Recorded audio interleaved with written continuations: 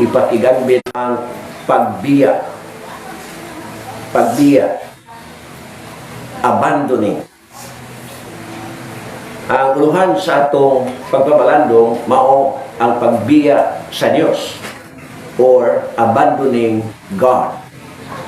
Ang katuyuan nining atong pagmamalandong mao nga unta mapahimangnuan kita sa kapiligro sa pagbiya sa Dios, sa pagtalikod sa Dios, diha sa pagpulong sa pagtuo nga nagasunod sa kinabuhi nga Dios no. Ang atong teksto nag-asoy sa kinabuhi ni Haring Jeroboam o sa katawhang Israel. O alang sa atong paghinumdum, ang katawhang Israel kaliwatan ni Abraham. O ingon nga kaliwatan ni Abraham atong masabot nga dili gyud sila ignoy, hindi sila ignorante sa kabubuton sa Dios. Doon na gyud sila kasayuran mahitungod sa Dios. Sayod gani sila nga sila piniling katawhan sa Dios. Sayod sila nga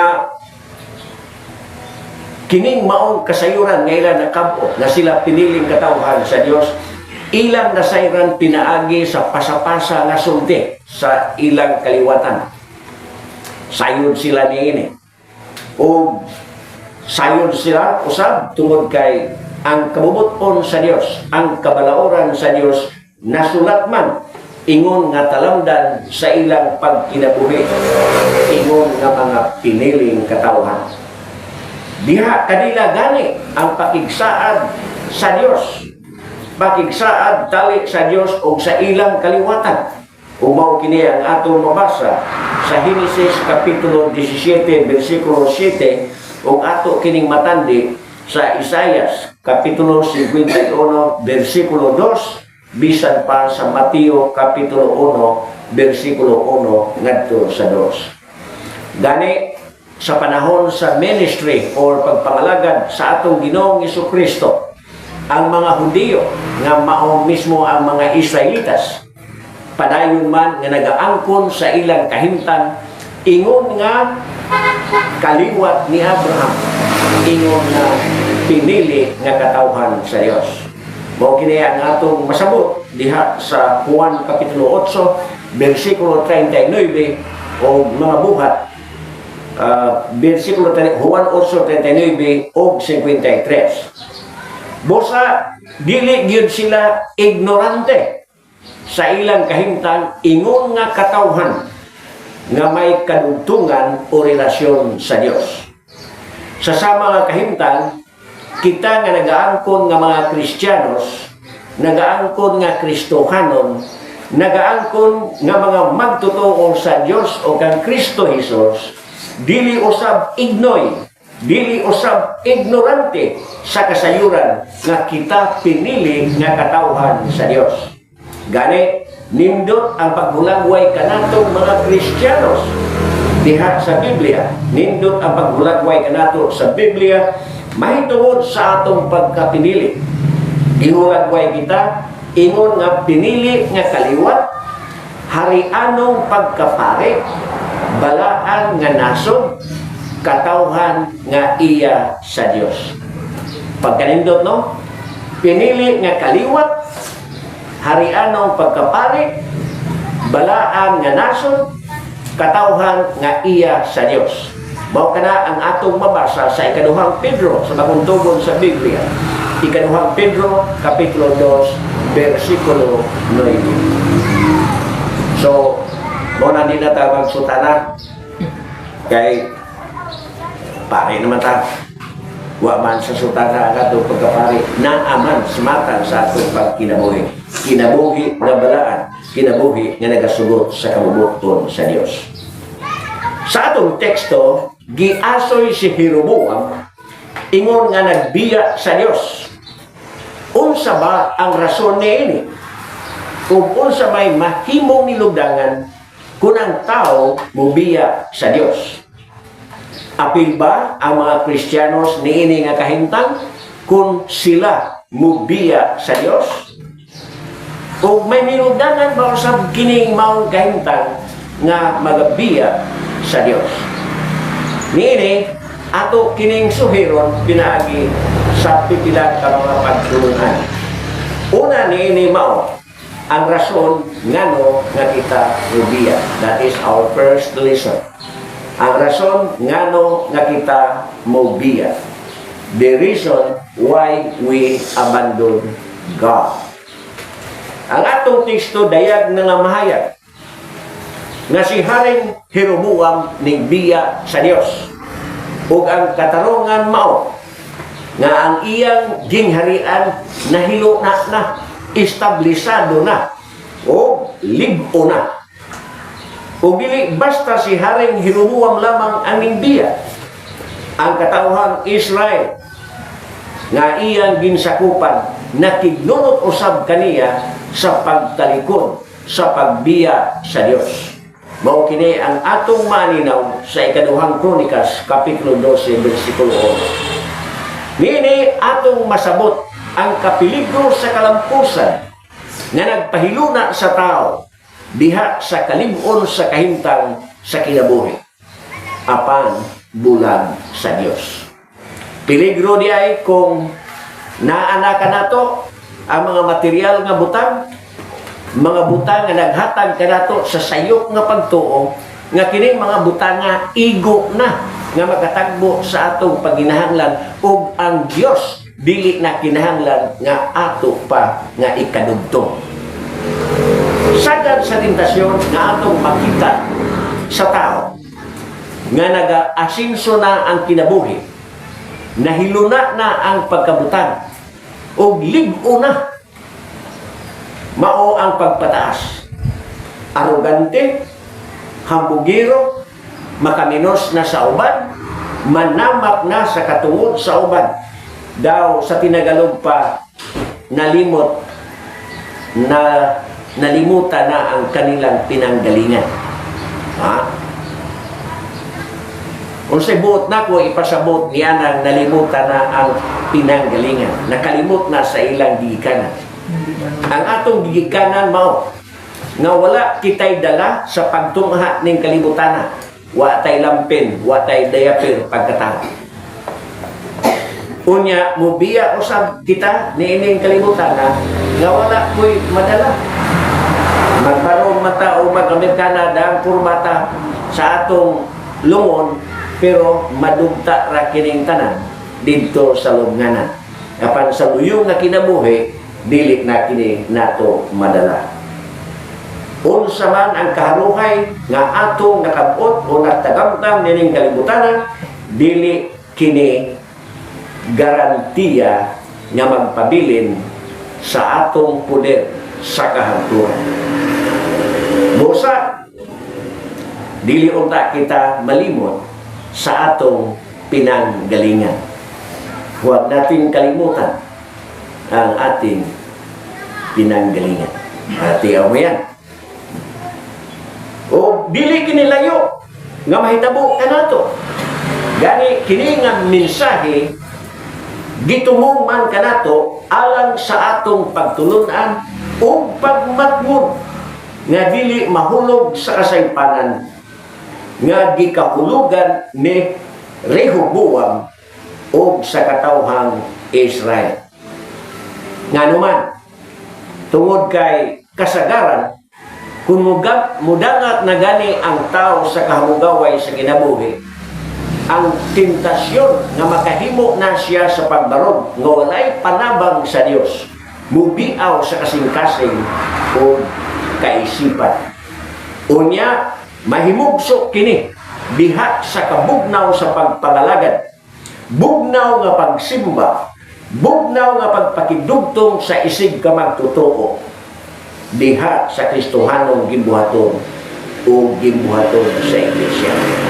Wala na tay gana nga mutambong og mga katiguman alang sa iglesia, wala na tay gana nga mutambong sa mga kalihukan sa pagpalambo sa atong mga kalag sama sa mga Bible studies tungod kay lagi nabugnaw na kita sa pagtuo tungod kay ato ng gituohan nga sangkap na ta sa tanang mga butang ug wala na nato kinahanglan na ang Dios.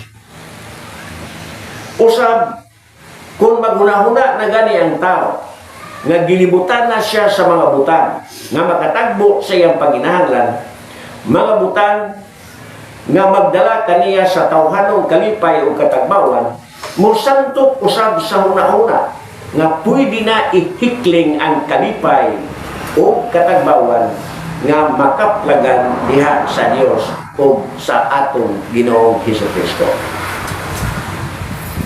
Ihikling na ang Dios. Ang kalipay nga atong makaplagan diha sa Dios, dili na nato gikinahanglan. Ngano tungod kay sa atong kahabugaway ang tentasyon sa pagpangita sa kalibutanong kalipay mao'y kasagaran mubiaw sa atong kasing-kasing hunahuna. Ug ato kining makita sa atong palibot, daghan ang mga matawag og humble beginning, mga kabos kaniadto nga nagpaka-auto na karon nga medyo tikig na og liog. Ngano man nga nagguba man ang ilang tawhanong pagtagad sa ilang isigkataran. Dili na gani ngo simba o mga kabalyuhan kay miron adto na sa dagkong mga simbahan, adto na simbahan sa syudad manimba, dili na manimba kapilya. Ngano tungod kay feeling nila taas na sila o nahimutan na sila sa taas nga hutong sa tilingban, kay lagi di auto na sila, di kotse na sila, asinso na sila, may kaarangan na sila o mga nindot na sila o pamaron nga makikindig sa uban nga mga naa sa taas nga hutong sa katilingban. Mao na'y sagad nato na makita sa atong palibot. Gani katong uban nga nagtimuha nga medyo wasinso, makakita nga naglindot nga auto, magsilpi diyas nindot nga auto, bisag dili pa to iyang auto. So musantok na sa hunahuna nga ang mga balaang butang wala na'y kahulugan alang sa katagbawan sa kinabuhi. Ang pagbasa o pagpamalandong sa pulong sa Dios dili na bililhon. Ang pag-ampo wala na kinahanglan tungod sa kahimtang nga sangkap na sa kinahanglan. Wala nang hahanapin pa. Lahat ng bagay na kinakailangan nandiyan na. Kaya wala nang Diyos. Mo na'y sagad na itong makita. Kay lagi dato na, haruhay na, wala na'y nakulang sa mga kalibutanon nga panginahanglanon. Kay naanay standby nga katinguhaan, unya loaded pa sa mga vitamins nga para pagmintinar sa baskog ug himsog nga kalawasan. Niini nga kahimtang mubanos na ang gitawag sa English og apostasy, nga sa atong pinulungan masabot ingon nga pagbiya sa Dios. Ang pulong apostasy gikan sa Griego nga pulong apostasya. Nagpasabot kini sa hingpit nga pagtalikod o pagbiya sa pagtuo, pagbiya sa mga prinsipyo, pagbiya sa mga pagtulunan o hingpit nga pagbiya sa Kristohanong pagtuo. Mao kini ang pamahayag sa Century Dictionary mahitungod sa kahulugan sa apostasy or apostasya kung pagbiya sa pagtuo. Mao kini pagbiya sa Dios, pagsalikway sa iyang pagtulunan, sa pagbulag sa tao o mga tao gikan sa Dios. Mao kini ang gipakigharungan sa mga apostoles sa ilang panahon o gipasukot gani nila kini ingon nga warning nga dili sila mahulog ngadto sa panghuna-huna sa pagbiya sa Dios tungod kay nasangkapan na sila, nalig-o na sila diha sa ilang tawhanon nga kinabuhi. Warning kini sa mga apostoles o warning usab kini kanato sa atong panahon. Warning kini kaniadto sa ilang panahon, warning kini kanato nining atong panahon o warning usab kini sa umaabot nga panahon. Ug subo lang palandungon nga daghan ang namiya sa Dios kaniadto ug karon bisan pagani sa umaabot. Sa umaabot daghan pa gyud nga namiya. Kung daghan ang namiya sa Dios karon, mas daghan pa ang mamiya sa umaabot. Ngano? Tungod kay gipanagna na kini ang apostasy o apostasya o pagbiya sa pagtuo gipanagna na.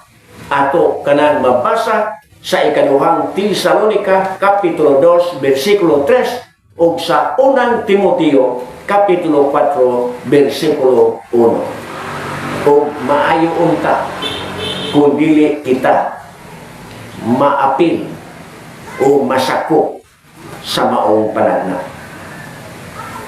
Ang pagbiya sa matuod nga pagtuo sala. Sala kini ni Jeroboam o sa katawhang Israel. Bisan pa sala sa mga mamiya sa matuod nga Kristohanong pagtuo. Tungod kay nagpasabot kini nga wala na Dios nga giila pa o nagsagop na gani sa mga mini nga mga pagtulunan, mini nga mga filosofiya, mini nga mga pagtuo, mini nga relihiyon o haguka nga baruganan sa Kristohanon nga mga pagtulunan. Sa daang tugon sa Biblia, ang apostasya o pagbiya sa Dios sagad gitumbok sa pagsimba o Dios-Dios. Mao kini ang atong mabasa sa maghuhukom or Judges kapitulo 2 bersikulo 11 ngadto sa 13. Sa bagong tugon, gihulagway kini sa daghang mga nagsunod ni Kristo nganing biya sa pagsunod kaniya. Mao kini ang asoy sa Juan kapitulo 6 bersikulo 66. Sa sinugdan, daghan ang nagsunod-sunod ni Kristo sa tinguha nga makakaon, kay magmilagro man ang Ginoo og pagkaon, sa tinguha nga mga maayo sa mga balatian. Apan ang kasagaran kanila, wala man tinguha sa Kristohanong pagtulunan. Nagpa-Kristohanon sila, nagsunod sila ni Kristo, alang lamang sa ilang personal nga katagbawan o dili tungod sa kaligdong sa ilang pagtuo nga si Kristo ang manluluwas. Sumao ka na ang asoy sa Juan 6 bersikulo 66. Gihulagway usab kini sa kinabuhi ni Dimas. Sa dihang si Dimas kauban ni Apostol Pablo sa pagpangalagad sa pagsangyaw sa Ebanghelyo, si Dimas ning bulag kang Apostol Pablo. Ngano nga siya ning bulag? Matod sa balaang kasulatan, ning bulag si Dimas kang Apostol Pablo sa pagpangalagad kang Kristo tungod kay iyang gihigugma ang kalibutan. Iyang gihigugma ang kalibutan. Warning sa Biblia ang pagbiya sa pagtuo. Umaw kini ang atong mabasa sa unang Timoteo kapitulo 4 bersikulo 1, Hebrehanon kapitulo 3 bersikulo 13 bersikulo 12, Hebrehanon kapitulo 10 bersikulo 35 ngadto sa 38 ug ikaduhang Pedro kapitulo 2 bersikulo 15. Si Dr. Aiden Wilson Tozer nga popular sa abbreviation nga A.W. Tozer, usa kini siya ka American pastor, writer o editor.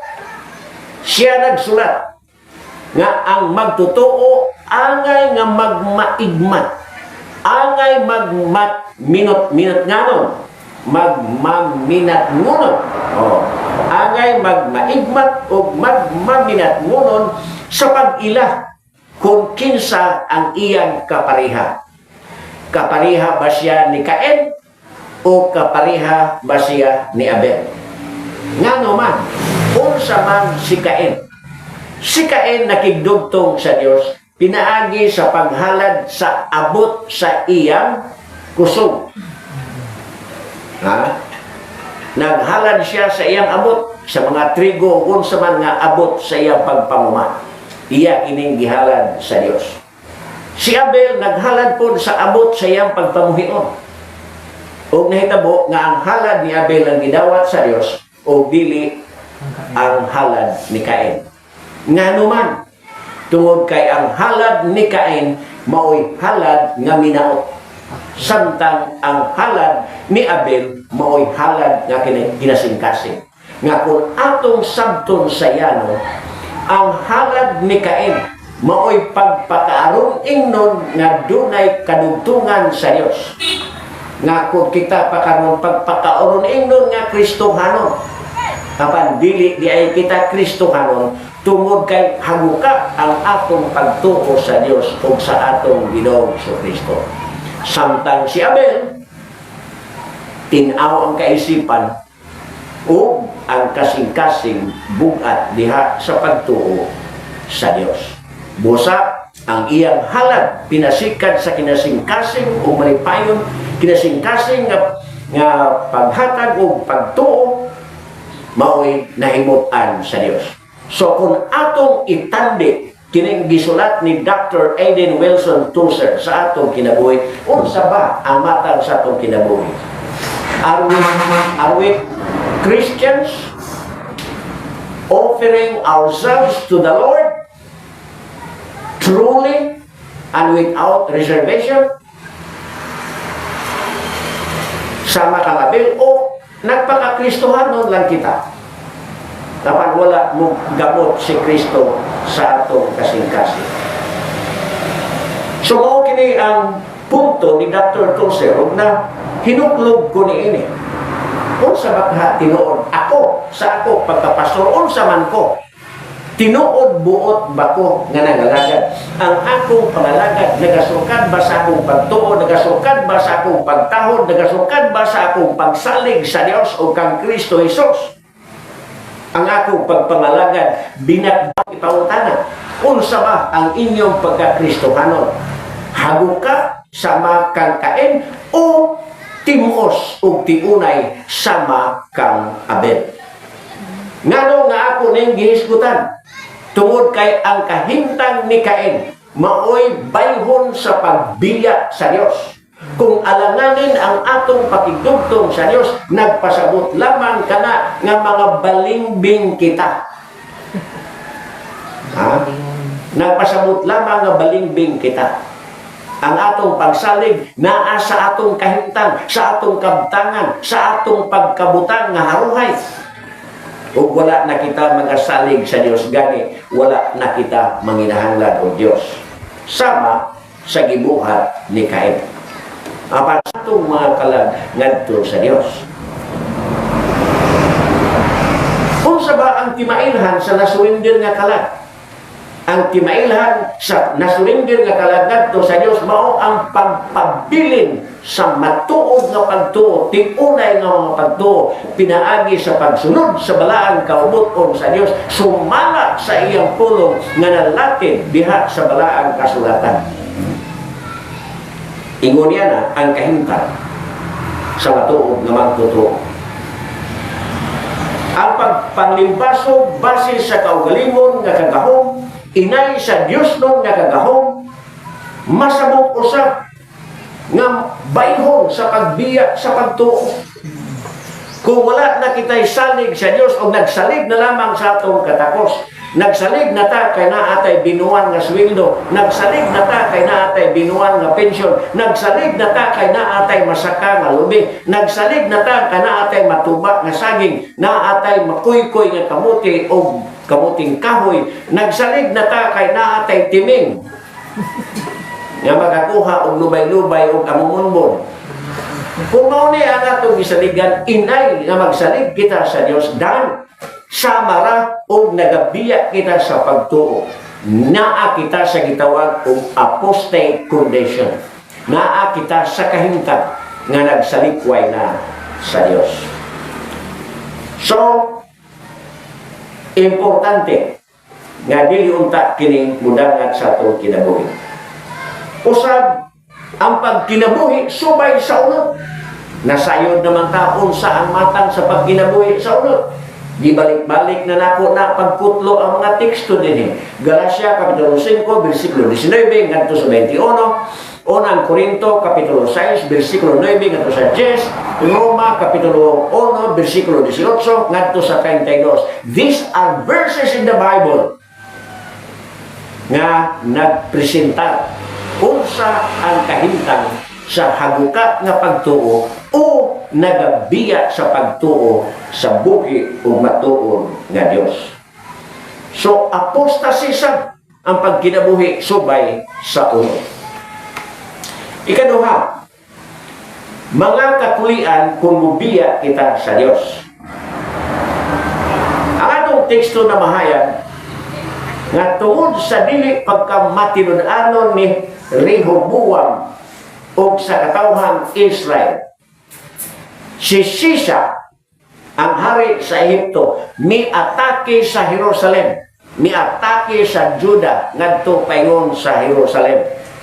Dala ang 1,200 ka mga karwahe nga panggubat, 60,000 nga tigpangabayo nga sundalo para sa gubat.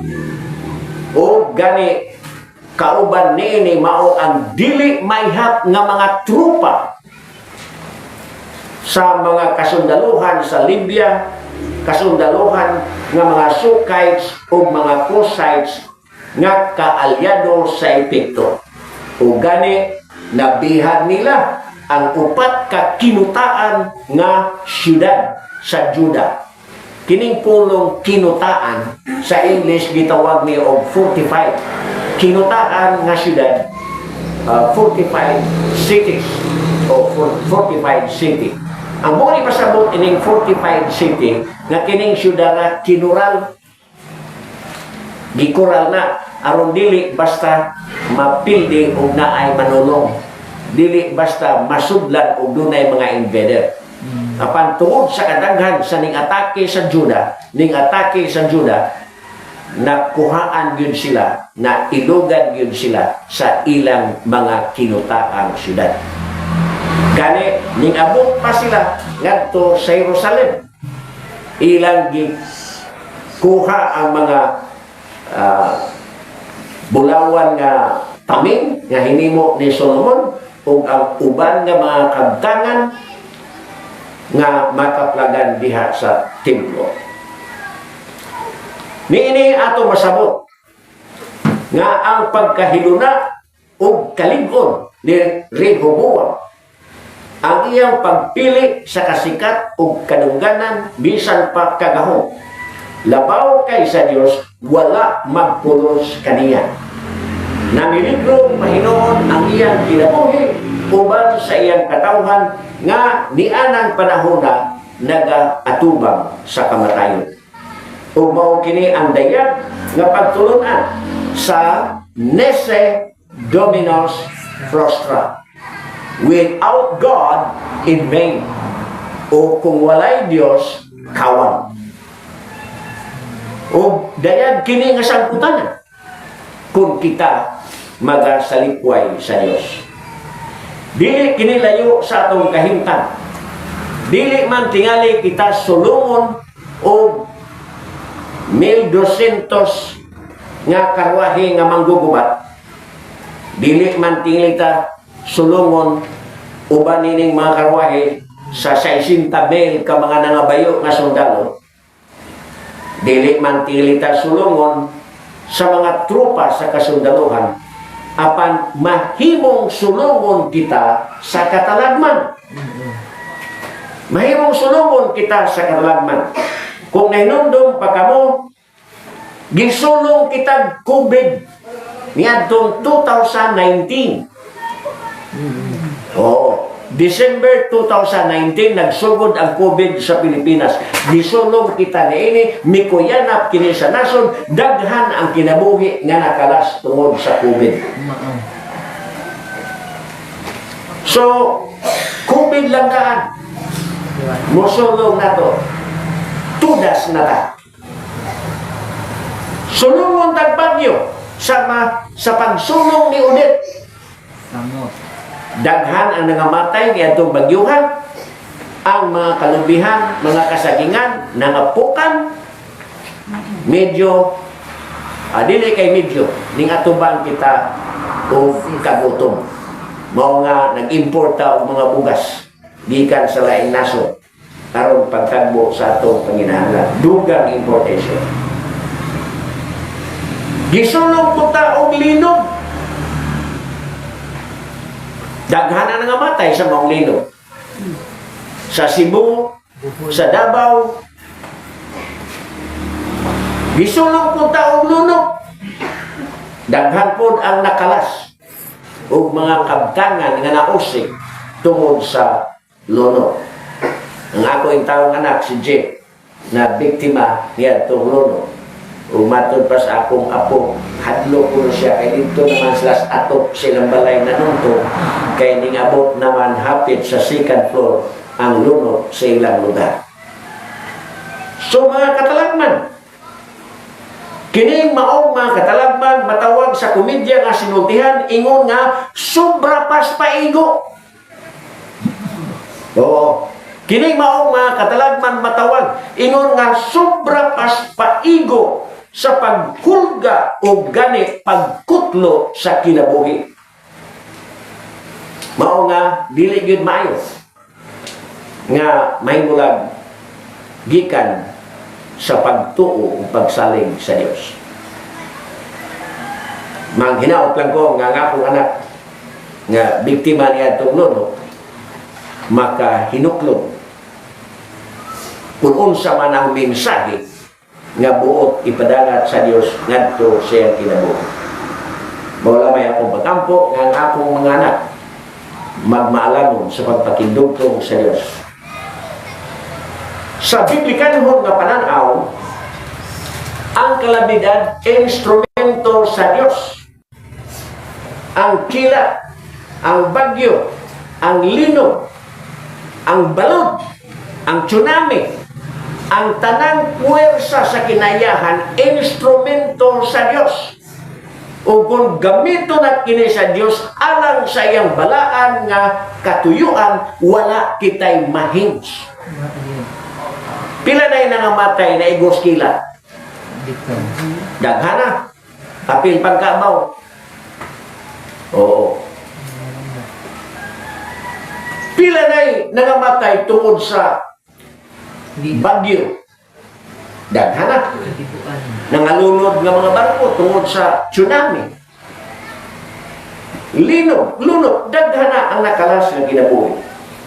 Apan, ang Biblia na mahayag nga ang puwersa sa kinaiyahan sulugoon sa Dios. That the forces of nature are God's servants. So, mao kini ang Biblikanhon nga pananaw. Ang kalabidad, instrumento sa Dios nga unta makapahinuklog sa mga tao sa ilang kalapasan o maghatod kanila ngadto sa paghinulsol. Kung atong hinumduman ang pinakadako nga lunok na hitabo sa panahon ni Noe, diin giasoy sa balaang kasulatan nga ang intiro kalibutan gipalunupan sa Dios ug ang maong lunok na hitabo tungod sa ilang pagtalikod sa Dios. Sa sinugdan pa lamang gikan ni Adan ug ni Eva, nasayod na sila nga ang Dios nagalungtad. Nasayod na sila niini. Sa panahon ni Noe, nasayod sila nga ang Dios hatod og lunok sa kalibutan. Hinungdan nga si Noe naghimo og arka. Apan unsa ba ang tinanawan sa mga tao? Wala sila motuo. Ilang gindiyaan ang Dios kay ang dili pagtuo mao'y bayhon sa tao sa pagbiya sa Dios. Klaro nilang nakita si Noe nga naghimo og arka. Matod pa 120 days nga ang paghimo ni Noe sa arka mao'y bayhon sa pagwali sa umaabot nga hampas sa Dios tungod sa iyang kapungot sa mga tao ni adtong panahona nga nagayanang sa sala inay magabiya niini.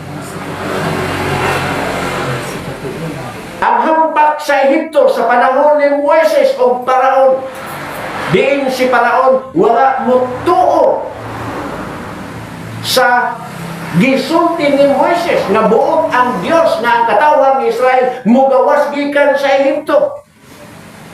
Wa mo tuo si Paraon nene. Unsay nahitabo gihampak.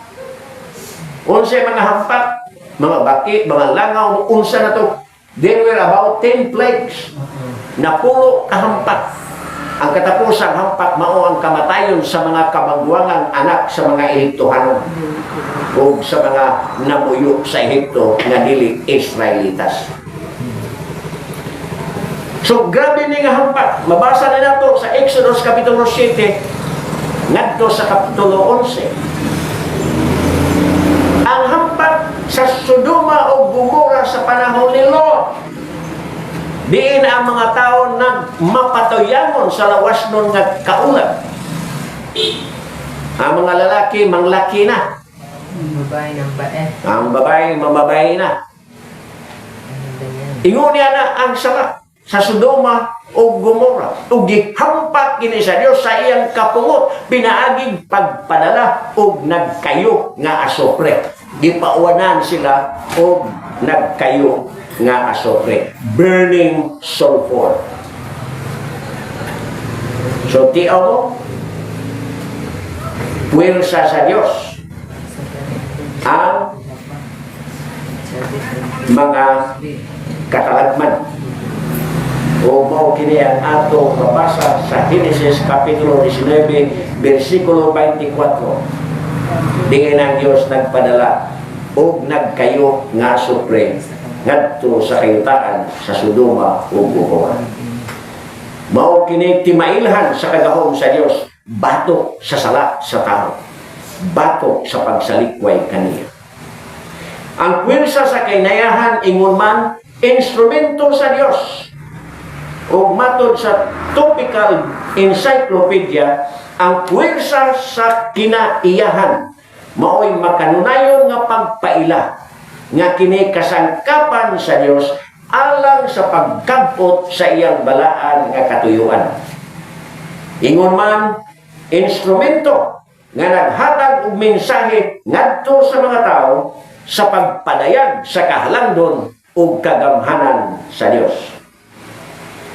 Ang pagpakabuhi nga walay Dios mao'y kanunay maghatod sa tao ngadto sa kapatyasan o kapildihan.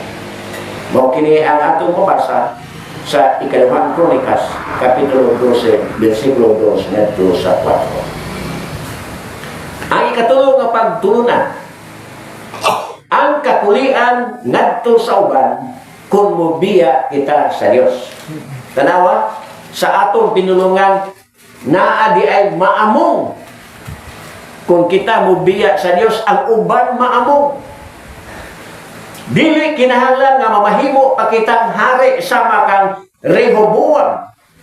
Una moabot sa kahimtang nga dili lang kita apektuhan kundi bisan pa ang uban. Ang pagtalikod ni Rehoboam sa Dios dili lang nakaapekto siyang kaugalingon kay dayag man nga masabot nga apektado usab ang iyang pamilya o bisan pa ang katawhang Israel o pamilya sa maong katawhan nga ning sunod kang Rehoboam sa pagbiya sa Dios. Apektado sila. Sa kahimtang nga gisulong si Rehoboam sa iyang teritoryo, apektado gyud ang iyang kaugalingon, apektado usab ang nanimuyo sa yuta uban kaniya. Bata ug tigulang apektado ang tanan. Ang epekto niini mahimong naglambigit sa kamatayon. Sa punto landaan nga nailog na ang mga kinutaang syudad sa Juda, masabot nga may mga kinabuhi gayon nga nakalas o namatay. Ikaduhang Kronikas Kapitulo 12 versikulo 4. Masabot sa nga may mga bahandi o kabtangan nga nasakmit sama sa nasakmit nga mga kabtangan sa templo o mga shield taming nga bulawan pa yun, taming nga bulawan nga hinimo ni Solomon. So ingon nini kalakso ang malambigit sa pagbiya sa Dios. Dili lang sa kaugalingon, kundi sa uban usab. Pananglit ang pagbulag sa Dios magtukmod sa tao pagbuhat og dautan nga makaapekto sa mga anak ug kaliwatan. Gani mao kini ang atong mabasa sa Exodus kapitulo 20 bersikulo 5. Niini nga teksto, Exodus kapitulo 20, versikulo 5, ang Dios nagpasidaan og silot. Ang Dios nagpasidaan og silot. Dili lang sa ginikanan nga nagpakasala, kundi apil na ang kaliwatan niini. Gani, hangtod man sa ikatulo ug ikaupat nga kaliwatan nga maagom sa kapungot sa Dios, maagom sa silo sa Dios. Tiaw mo, maamong ang uban. Ang pagbiya nato sa Dios makaamong sa atong mga anak. Bisan pa gani makaamong sa atong mga silingan. Kaysa dihang mubiya na kita sa Dios, ang atong mga prinsipyo na kadautan. O ang atong mga silingan, dili gyud malipay nini kung sila ang atong mahimong tumong sa atong kadautan. Mamalhin na nagtagmuhon, napaisibo na tumuhon doon sa silingan, tungod kay wat na tayo prinsipyo ng Kristohano, wala na tayo prinsipyo ng Diyos, no? Ang mahitabo ni mao nga maamong ang atong silingan. O kung maamong ang atong silingan, kung mubalos to, maamong ko ta o tigbasan ta, o atong mga anak hidunggaban, tungod sa kapungot sa atong silingan sa atong pagkadautan.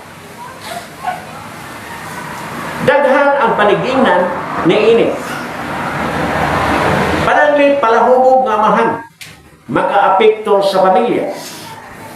Kulatado ang asawa, dinagmalan ang mga kabataan, ug lagmit usab masunod sa anak.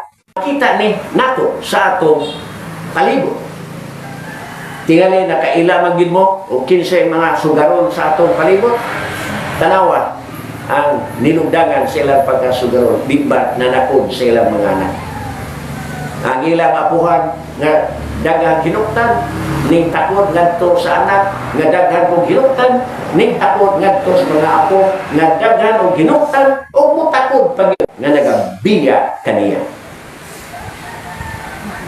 Dili hinuon sabton nga ang pagpalios o patigdugtong sa Dios naggarantiya sa kinabuhi nga binabakan sa kahamugaway ug kalipay. Dili ni garantiya. Nganoan, kay si Lazarus gikagigman o gani nagpakilimos man alang sa iyang pagkaon. Hindi na nakulangan sa pangailangan sa buhay. Saan napunta? Sa impyerno. So, dili garantiya. Daghan ang mga nagpaka-Kristyanos tungod kay buot sila nga makatagamtang sa mga material nga kahamugaway nining kalibutan, apan that is not the purpose of life. Dili na mo'y katuyuan sa kinabuhi. Dili ta nagpadios aron makabatunog na kong balay. Dili kita nagpadios aron konkreto ang atong balay with swimming pool, with matching kotse, o unsa pa appliances, unsa mga butang nga atong gipanghingyap nining kalibutan. Wala ta magpadios alang niyanang katuyuan. Nangita kita sa gingharian sa langit pag-una, o sa atong pagpangita nakaplaganta ang pagkamatarong ingon nga pagtulunan sa Dios, o mao kini nga atong ingon niya na. Dili na to hikalimtan ang pagtulunan sa atong Ginoong Hesukristo nga dinhi sa kalibutan daghan kitag katalagman, daghan kitag kasakitan. Anay gubat, anay linog, anay kagutom. Maghisgot ang kagutom, pirting kurata naman ako. Kaya ang bangsi ning abot naman 220 ang kilo. 300 Oo. tamarong. Nya ang balo, ang bao ning abot na og 240 ang kilo. Pastilan ng bao kamis ala niya do pila to kilo sa bangsi dito ta sa banak. 60 kilo ras ba? Banak dito sa kuno ba? Pero karon ang banak 380 ngadto sa 400 ang kilo. Ang mahal. Unya nihit na yun. Kaduhan ako magtaan sa kong timing, wa ko'y kuha. Ultimo nga mumunbon og lumay-lumay wa kanining so. Unsa ang buot ipasabot nini? Ang ipasabot nini mao nga ang kalibutan nagatubang na sa kanihit sa pagkaon. Nga kung sabton anaa ang famine, anaa ang kagutom. Ang kahumayan kaniadto sa Hilongos dili na kahumayan kabalayan na subdivision na. Kung magpadayon gani kining bukaka tungod kay ang atong panggobyerno korap. Bangag. Atong gobyerno bangag dan wala na kay katamnan og pagkaon. Kung doon na may katamnan ang bakilit nga dili makahatag og igong abot panahon sa ting-ani. Niini gihatagan kita sa pagtulunan sa kabililhon sa langit nga mahimong tumong sa kinabuhi. Dili unta ang pagpabilin niining kalibutan na ang atong tuyo. Dili ko diya. Naay usa ka tawo akong nailhan nga matod pa niya maayo unta o kuhaon na siya sa Dios. Pagkanindot nga pinulungan, May pa. tingin siya, ako sing nag-ampo naman ko nga kuhaon ako Tardo. kay gikapoy na ko. Gikapoy na yun ko. Mayon taong makapahulay na ko niining kalibutan na kay gusto na siya malangit. Kinintawahan na akong gila ingon nga may hugot usab na pagtuo sa Dios ug sa atong Ginoong si Kristo. Walay tao nga mga haspag-ampo sa Dios na Lord kuhaan ako kay wala ko samot ni kalibutan. Gikapoy na ko nining kalibutan. O ni tatay pa kining kalibutan na kaon, tulog, kaon, inom, tulog, Bangon. kaon, inom, kalibang, tulog. Unya kaon na po, kalibang, tulog. Maunay bisyo ni kalibutan na. What else? Kung sabay ato mga primary need, kaon. Kaon mo gato? Kung sabay mahita mo sugi kaon, magpermanente ba na? Hindi. Dili, diskarga. Diskarga. So, but mo na punta. Kaon ako. Mukaon na po. Nya kapuyo ng tagkaon, gido kaon man, matog. Ito. O inig bangon, lungag na po, gimong kaon. O sa man yun yung kalibutan na. Taong kaon. O nga nung higumaon tamaning kalibutan na, o nga nung higumaon man nato, ang pagpabili nining kalibutan na hangtod sa hangtod, kung ang atong bisyo, mauraman ang pagkaon, kalibang, tulog. Inom. Inom. Kaon, inom, kalibang, tulog. Naguna-una ko niya, kubitaw, no? What is the purpose of life and what is the meaning of life? Pero ang Biblia naghatag kanato sa pagtulunan nga ang purpose, ang katuyuan sa kinabuhi mao ang pagtuo o pagsalig sa Dios pinaagi sa atong Ginoong si Kristo. Nga ang katuyuan sa kinabuhi mao ang pagdangat sa gingharian sa atong gituohan nga Dios o sa atong Ginoong si Kristo. That is the purpose and meaning of life. Umaunta kana ang katuyuan sa atong pagka-Kristohanon.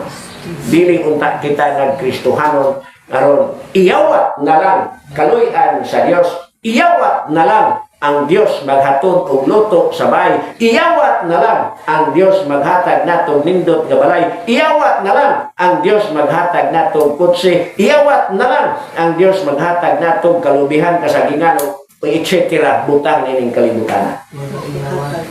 That is not the ultimate purpose and meaning of life. O kini mao'y bililhon nga pagtulungan nga ang tumong sa kinabuhi, langit, dili kalibutan. Ikaupat nga pagtulunan mo, muhimo sa lakang sa pagpasiguli ngadto sa Dios. Muhimo sa lakang sa pagpasiguli ngadto sa Dios. Ang kaamguhan sa kalapasan, magatukmod unta kanato sa paghinulsol. Kay ang paghinulsol mao'y lakang sa pagpasiguli ngadto sa Dios. Mao kini ang nahitabo sa kaagi ni Rehoboam ug ang katawhang Israel dinhi niya. Ug nailog na ang mga kinutaang syudad sa Juda, gibati na si Rehoboam apil ang katawhan sa iyang ginsakupan, gibati na sila og kalisan. Ilabi na nga gipahibalo sila ni propeta Shemaiah sa ilang dangatan tungod sa ilang pagbiya sa Dios. Ikaduhang Kronikas 12:5. Matod ni Shemaiah ngadto ni Jeroboam ug sa mga leader sa katawhang Israel, bihagon mo, sulungon mo ni Shishak tungod kay gitugyan mo sa Dios ngadto kaniya sa hinungdan sa inyong pagbiya kaniya.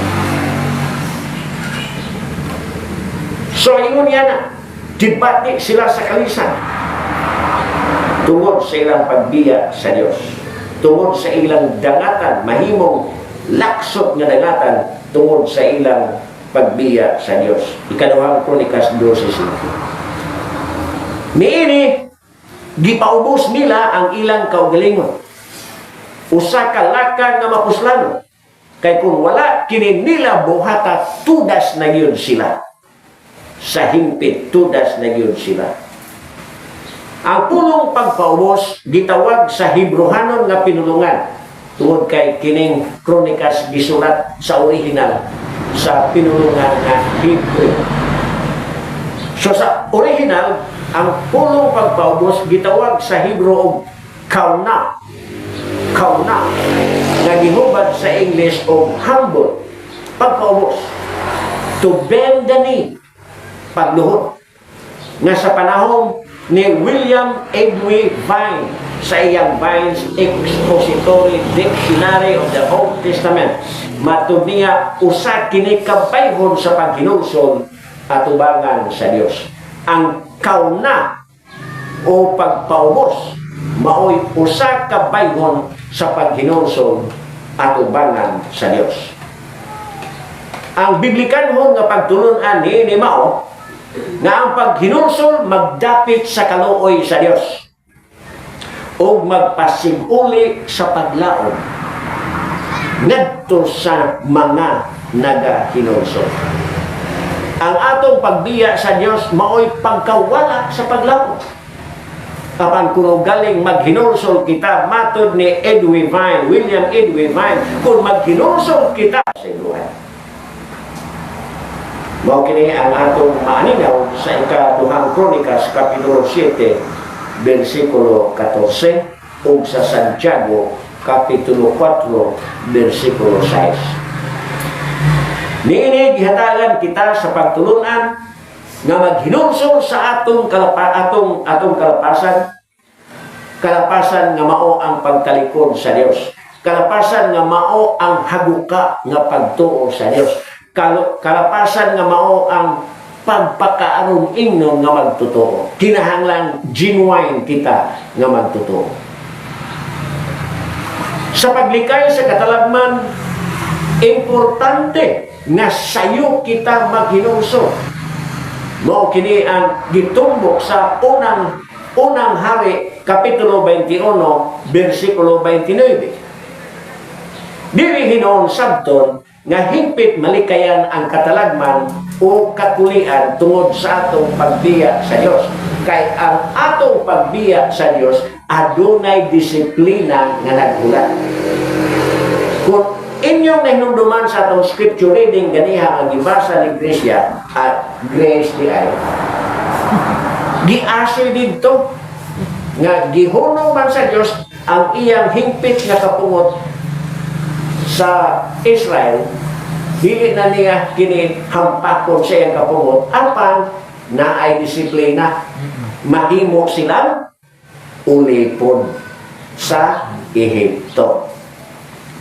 Maunay consequence, maunay nilugdangan, maunay resulta kung kita magabiya sa Dios. Adunay kakulian. Adunay kakulian nga mudangat sa kinabuhi sa tao sa dihang mubiya siya sa Dios. Ngano tungod kay sa iyang akto nga pagbiya nakuha niya ang kapungot sa Dios ug kung ugaling maghinungsol man siya pasayloon apan ang pagpasaylo moagi og disiplina. Dili man siya sakiton pag-ayo, dili man siya mamatay, apan dili niya malikayan ang mga katalagman nga magpamabot sa iyang kinabuhi. Kung nahinumdum ta ni Haring David, sa dihang nakasala siya kang Bathsheba, unsa bay gipahangtang sa Dios? Patay yung anak. Ipatay ang anak. Naghinursol siya, gipasaylo siya. Apan may disiplina ang Dios. Ang disiplina sa Dios mao nga dili mubulag ang espada sa iyang panimalay. Nahitabo ba na? Nahitabo. Yung anak. Hinumdum mo ni Absalom? Mo, espada. Wa mubulag ang espada sa panimalay ni Haring David. Ingon niya na ang kakulian. Disiplinahon yun sa Dios ang kasaypanan. O ngano nga disiplinahon ang kasaypanan tungod kay ang pagpasaylo sa Dios mao'y bayhon sa pagpasiguli sa iyang gugma ngadto sa naghinungsol nga gipasaylo. Doon na ba tayo prueba na ang atong ikaduhang Kronikas 12:8 magmatuod niya na ug ang gugma sa Dios pagdisiplina sa mga kanakan atong makaplagan sa Hebrehanon kapitulo 12 bersikulo 7 ngadto sa 11. Ug ato kining matandi sa Leviticus kapitulo 26 bersikulo 41, ikaduhang Kronikas kapitulo 7 bersikulo 14. Mga bersikulo kini sa Biblia nga librita matag karon unya nga kita makasala. Naagyo disiplina kung makasala kita. Ngano tungod kay ang Dios nahigugma sa iyang mga anak ug ang maong gugma gipakita sa bayhon sa pagdisiplina. Kita usahay daghan ta og mga failures, mga kakulangon ingon nga ginikanan. Dunay mga ginikanan nga dili mo disiplina silang anak. O nahinumdum ko ni Junjun nga 2 anyos pagkapin si Gia nga medyo ni pakita o kasiaw gihulo sa nagbakos patay pa kining lolo maka-school gino ka po patay pa hulata nga ang bata moabot og 3 anyos pero ayaw disiplinahon ka hindi pa kalab nako dili unta kanako hikawan ini po hikawan kanako tungod kay nagkasiaw ka magbinutan nga ni ka ako ning ibalik so ingon unta niya na pero sagad na to urag napasagda na nga mga anak nga magpatuyan sa ilang gusto muna nga ang atong kapakyas makaamong ngadto sa uban. So pagtulunan kini lain kining pagtulunan nga disiplinahon gyud sa Dios ang mga tao nga nakasala bisan pa kung sila gipasaylo na tungod sa ilang pagkinuso. Niinig hatagan kita og lain pagtulunan. Unsa ni nga pagtulunan? ang pagtulunan mo nga aron kita dili madisiplina, dili na lang punta mo talikod sa Dios. Dili na punta magpasigaw. Dili ta magpakasala. Aron dili ta kinahanglan nga maghinulsol ug aron dili ta malatusan tungod sa atong sala nga bisan og gipasaylo na apan may reserba nga disiplina. Ang biblikanhon nga pagtulunan o theological insight mao nga ang disiplina mao'y matang sa pagpadayag sa gugma sa Dios, sa pagdapit sa iyang katawhan, sa pagbalik kaniya, diha sa pagtalikod o pagbiya sa sala. Bayhon usab kini sa pagpadayag sa kagahom sa Dios sa iyang katuyuan sa pagluwas. Ang atong pagdisiplina, ang katuyuan di ay mao ang pagkurehir sa matang sa prinsipyo nga angay batunan sa tao o batunan sa atong mga anak. So bayhon kini sa pagpadayag sa kagahom sa Dios sa iyang katuyuan sa pagluwas. Na ay prueba na Hebrehanon Kapitulo 12, versikulo 6, Roma, Kapitulo 8, versikulo 28. So, agi o pagtapos, ingnon ko, ang pagbiya, dili, mahinulsolo. Bosa, maghinulsol. O mubalik sa pagpatigdugtong sa Dios. Agwantahon, kung unsa man ang disiplina, nga ipahamtang ka nato, dili kita hubulan, hinunoa ang disiplina, mauuntay magpalikon sa atong pagtuo nga kita gihigugma sa Dios. O nga maong gugma, mao ang iyang katuyuan alang sa atong kaluwasan. Maunta ka na ang atong Bible. Maginulso, mupalik sa pagpalidotong sa Dios tungod kay ni ini lamang nga paagi mapasiguli usab ang mga panalangin sa Dios. Mateo Kapitulo 3 versikulo 2, Mateo Kapitulo 4 versikulo 17, Marcos Kapitulo 1 versikulo 15, mga buhat Kapitulo 3 versikulo 19. So, panahon na magmatmunta nga dili mahabuka ang atong kahintap sa pagtuo tungod kay ang habuka nga pagtuo mao'y bayko sa pagbiya sa Diyos. Hindi kayang takin o pangayoon ka ang grasya sa Diyos nga maligod pa ang atong mga kalag diha sa pagtuo, paglaom o paghigugma kaniya. Kung galing maghisgot kita pagtuo, kita magpatuo. Kung maghisgot kita paglaom, kita magasalig sa iyang mga sala. Kung maghisgot kita o gugma, siya ang atong pilion kaysa kasaypanan. Hinaot nga ang Diyos magapadalangin siyang pulong nga atong ipabalatunan.